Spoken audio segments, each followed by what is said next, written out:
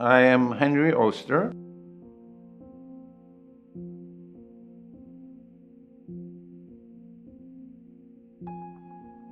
I was born in 1928, was the beginning of Nazis' rise to power. All Jewish people in the country of Germany lost their citizenship. But most important, the privilege of citizenship meant you lost all your civil rights. In 1941, we were forced to leave Germany.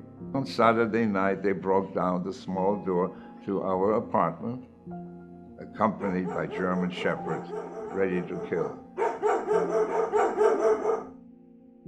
The train that we were put on left with no idea our future, not even our destination. A day and a half later, we were unloaded and greeted by people that looked emaciated. They announced and said, "Welcome to Lodge." We had nothing more than one loaf of bread per person per week. My dad had come home one night, claimed to be very tired, sat down and leaned against the wall, and simply fell asleep forever.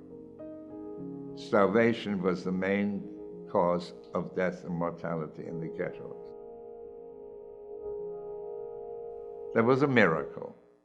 The miracle was there were two men. On some Mondays, they would give me a slice of bread.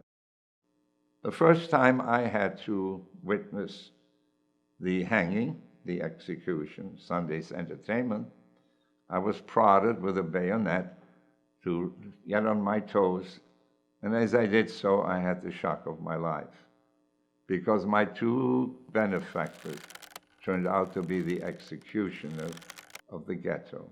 They were the hangman. In 1944, we were immediately taken to a train, densely packed with no knowledge where it was heading or what our fate would be. We arrived the next day.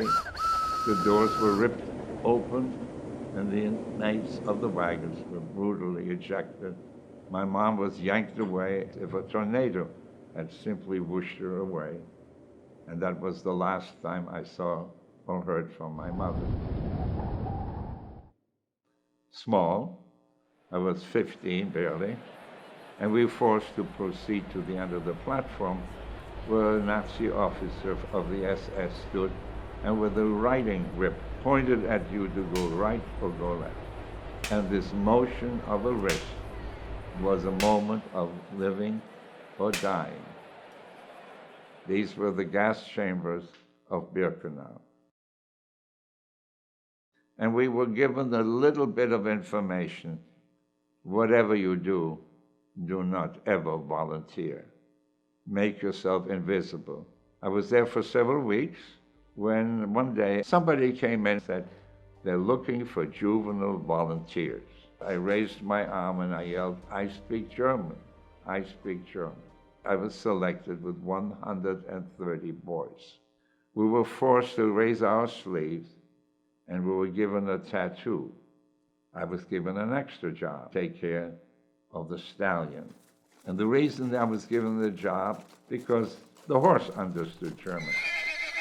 It was a dangerous job because the horse tried to bite, tried to hit me. If we had any kind of sign of illness, we would be candidates for extermination. However, I have my medicine with me all the time that will help the healing, and that is your own urine. Because I used my own urine to treat my wounds, it never did leave any scars or scabs. 1945, in January, we were taken away in what is commonly known as a death march. Those who preceded us and could not keep up littered the side of the road in the most grotesque fashion in the snowbanks of the bitter, bitter cold in Poland. A few days later, we arrived. Welcome to Buchenwald. No food was distributed for the next 10 days.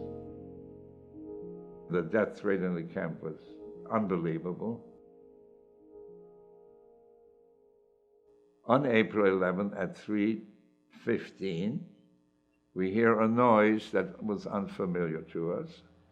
A friend who was barely able to get to the window said in a broken voice, "I think we're being liberated." I finally dragged myself up the window, looked out, and I was convinced of two things. I lost my mind, and I probably only have seconds to live. By looking for the insignia in front of the tank, I do not see a German one, but of all things, a Jewish Star of David in white, painted on. Looking up at the turret, the officer yelling, "You are free, you are free," was not in German uniform, but American. That had to be an illusion, the border of insanity. I'm aware I'm a scarcity of survivors because after the war, fewer than 30 German boys under the age of 18 were located in all of the liberated camps in Europe.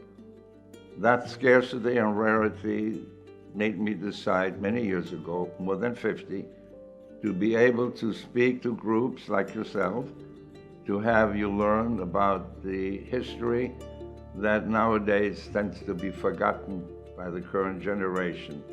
And all that people know these days is Holocaust.